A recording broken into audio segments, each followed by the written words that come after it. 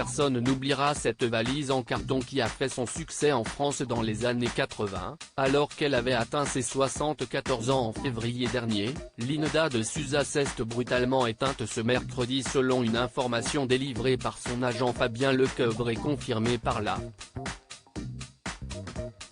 La chanteuse aurait succombé à une insuffisance respiratoire grave et serait décédée auprès des siens. Une bien triste nouvelle pour les fans de la septuagénaire née au Portugal et qui était arrivée en France après une enfance difficile et une tentative de suicide à 16 ans, véritable électrochoc dans sa vie. Interrogée sur le sujet par Anne Roumanoff sur Europe 1 il y a 2 ans, l'artiste, sûrement toujours marquée par cette période de sa vie, avait été brève sur le sujet. Aujourd'hui, avec l'âge, avec le temps, je peux dire que tout ce que j'ai pu faire, c'était pour attirer l'attention. C'était juste pour ça, avait-elle confié. Il faut dire qu'avant ce moment difficile de sa vie, la septuagénaire avait connu une enfance difficile. Sa mère, qui ne l'aimait pas, l'avait placée en pensionnat dès ses 5 ans. Née dans une famille de 8 enfants, elle avait de toute façon confié qu'il n'y avait rien à bouffer avec ses parents, très pauvres. Heureusement pour elle, l'artiste avait ensuite réussi à devenir une véritable célébrité en France, oubliant cette tentative de suicide difficile. Un acte qu'elle n'a d'ailleurs pas recommencé, malgré d'autres épreuves une fois sa carrière terminée.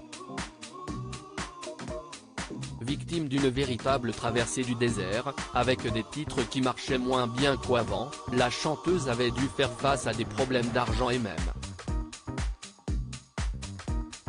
à une usurpation d'identité.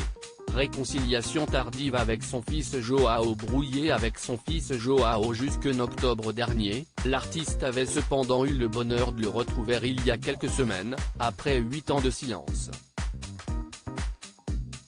Elle m'a pris la main, me l'a serré fort. Nous étions émus. Nous avions envie de ces retrouvailles, avait expliqué le jeune homme dans le magazine France Dimanche.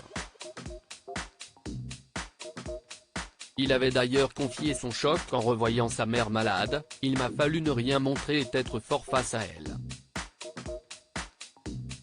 Elle est très affaiblie et amaigrie.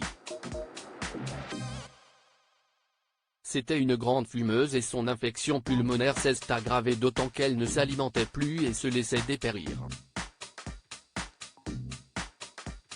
Malheureusement, la chanteuse, qui souffrait également de problèmes psychologiques, a donc fini par succomber à cette infection si destructrice. Mais nul doute que le monde du showbiz saura lui rendre hommage à sa juste valeur.